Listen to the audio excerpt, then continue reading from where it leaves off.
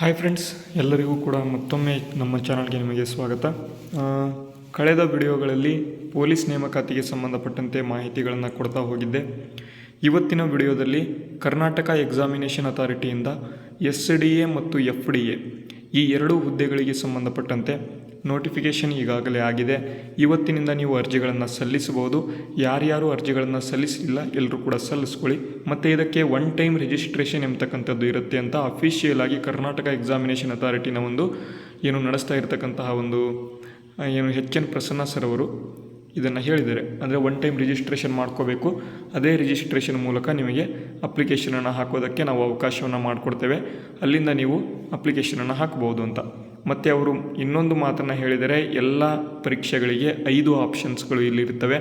ನಿಮಗೆ ಉತ್ತರ ಗೊತ್ತಿಲ್ಲ ಅಂತ ಅಂದರೆ ಎಲ್ಲರೂ ಕೂಡ 5ನೇ ಆಪ್ಷನ್ಸನ್ನು ಕಂಪಲ್ಸರಿಯಾಗಿ ಫಿಲ್ ಮಾಡಬೇಕು ಅಂತ ಇಲ್ಲಿ ಅವರು ಹೇಳಿದ್ದಾರೆ. ಓಕೆನಾ. ಇದಕ್ಕಾಗಿ 5ನೇ ಆಪ್ಷನನ್ನು ಫಿಲ್ ಮಾಡೋದಕ್ಕೆ 5 ನಿಮಿಷಗಳ ಕಾಲಾವಕಾಶವನ್ನು ಕೂಡ ನಾವು ಕೊಡ್ತೇವೆ ಅಂತಲೂ ಕೂಡ ಅವರು ಹೇಳಿದ್ದಾರೆ.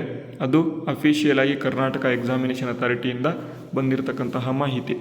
ಮತ್ತು ತುಂಬ ವಿದ್ಯಾರ್ಥಿಗಳು ಕೇಳ್ತಾ ಇದ್ರು ಪರೀಕ್ಷೆ ಯಾವಾಗ ಆಗಬಹುದು ಅಂತ. ನೋಡಿ, ಪರೀಕ್ಷೆ ಡಿಸೆಂಬರ್ ಅಥವಾ ಜನವರಿ ತಿಂಗಳಿನಲ್ಲಿ ಪರೀಕ್ಷೆ ಆಗುವಂತಹ ಸಾಧ್ಯತೆಗಳು ಬಹಳಷ್ಟಿದ್ದು, ಅವರೇ ಖುದ್ದಾಗಿ ಈ ಮಾತನ್ನು ಕೂಡ ಪರೀಕ್ಷೆ ಯಾವಾಗ ಆಗುತ್ತೆ ಅಂತ ಅವರು ಹೇಳಿದ್ದಾರೆ.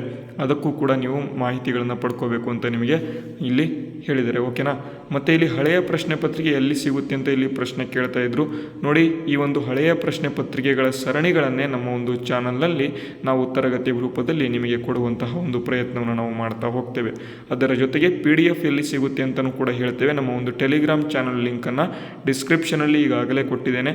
ಎಲ್ಲರೂ ಕೂಡ ಹೋಗಿ ಟೆಲಿಗ್ರಾಮ್ ಚಾನಲನ್ನು ಜಾಯಿನ್ ಆಗಿ ಅಲ್ಲಿ ನಿಮಗೆ ಹಳೆಯ ಪ್ರಶ್ನೆ ಪತ್ರಿಕೆಗಳು ಮತ್ತು ಇಲ್ಲಿ ಹಳೆಯ ಕರ್ನಾಟಕ ಎಕ್ಸಾಮಿನೇಷನ್ ಅಥಾರಿಟಿ ನಡೆಸಿರ್ತಕ್ಕಂತಹ ಎಕ್ಸಾಮ್ನ ಯಾವ ರೀತಿ ಇದೆ ಎಲ್ಲವನ್ನು ಕೂಡ ನಾವು ಅಲ್ಲಿ ಕೊಡುವಂತಹ ಪ್ರಯತ್ನವನ್ನು ನಾವು ಮಾಡ್ತಾ ಹೋಗ್ತೇವೆ ಅಂತ ಹೇಳ್ಬೋದು.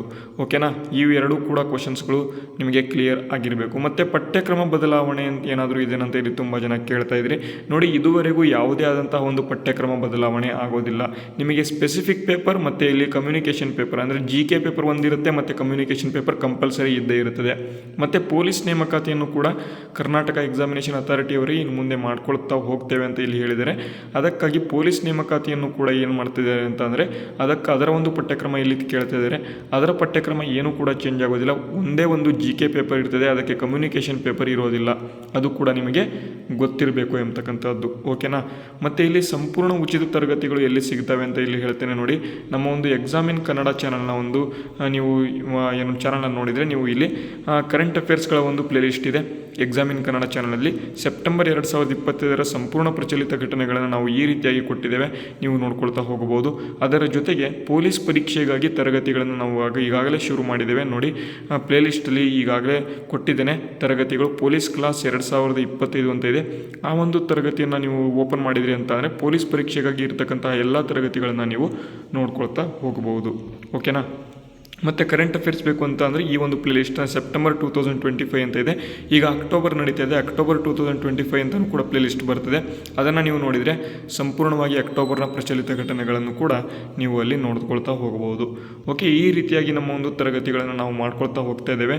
ನೋಡಿ, ವಿವಿಧ ಇಲಾಖೆಗಳ 708 ಹುದ್ದೆಗಳ ನೇಮಕಾತಿಗೆ ಆನ್ಲೈನ್ ಮೂಲಕ ಅರ್ಜಿ ಸಲ್ಲಿಸಲು ಈಗ ಲಿಂಕನ್ನು ಬಿಡುಗಡೆ ಮಾಡಿದ್ದೇವೆ ಅಂತಲೂ ಕೂಡ ಅವರು ಹೇಳಿದ್ದಾರೆ. ಈ ಸ್ಪರ್ಧಾತ್ಮಕ ಪರೀಕ್ಷೆ ಬಗ್ಗೆ KEA ED ಎನ್ಫೋರ್ಸ್ಮೆಂಟ್ ಡೈರೆಕ್ಟರೇಟ್ ಆಗಿರ್ತಕ್ಕಂಥ HC ಪ್ರಸನ್ನ ಅವರು ಈ ಮಾತನ್ನು ಇಲ್ಲಿ ಹೇಳಿದ್ದಾರೆ. ಯೂಟ್ಯೂಬ್ ಚಾನಲ್ನಲ್ಲಿ ಮಾತನಾಡಿದ್ದಾರೆ ಅಂತ ಇಲ್ಲಿ ಹೇಳಿದ್ದಾರೆ.